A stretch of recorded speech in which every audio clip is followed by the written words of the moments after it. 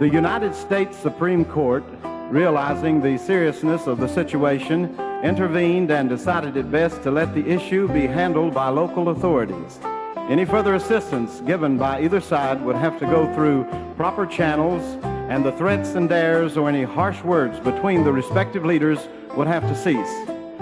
Meanwhile, under the leadership of Randall McCoy, Frank Phillips, and Bud McCoy, nephew to Randall, the illegal raids on the Hatfields continued, becoming even more frequent and daring, though not always successful. The once aggressive Hatfield clan now found their weaker supporters disappearing, while those under indictment were constantly threatened by either capture or death. At this point, Randall McCoy may have underestimated his enemies, for neither Jim Vance or Devil Anse were the type to accept threats or harassment. Jim Vance called for action. With Cap Hatfield urging on his father, Devil Anse laid the plan. This daring scheme was out of character for even this rugged mountaineer.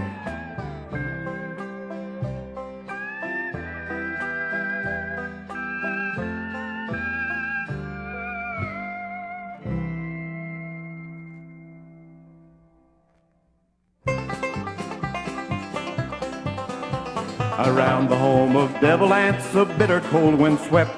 Inside there sat three desperate men, all night they hadn't slept. Devil Anse and Cap and Bat, Jim Vance discussing Randall's fate. 'Twas Sunday morning, New Year's Day in 1888. Johnsy had been sent to find the toughest of the clan, for Johnsy was an expert and he knew each mountain man. A sacrilegious Sunday, for they hadn't met to pray, but they would pay their last respects to Randall on this day. Devil Anse was ill and could not go, so here he made a stand, and of this mountain army band Jim Vance was in command. And it was 9 mounted warriors who rode out into the night. They would have to ride in shadows, for the moon was shining bright. They'd make old Randall sorry for the things that he had done. This night would put a stop to making Hatfields have to run.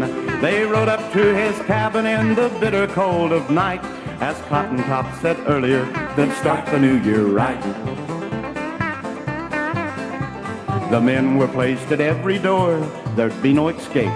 But Johnsy was so frightened he had made a bad mistake.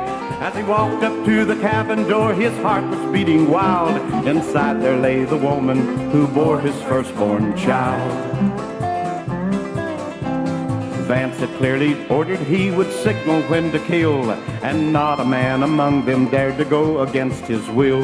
But all at once the shot rang out to everyone's alarm. Was Johnsy warning Roseanne to prevent her any harm? Then someone set the fire. Oh, it was an awful sight. The flames engulfed the cabin on this fateful New Year's night. The cries within were heard by more than those on hand, for this night would be talked about all across the land.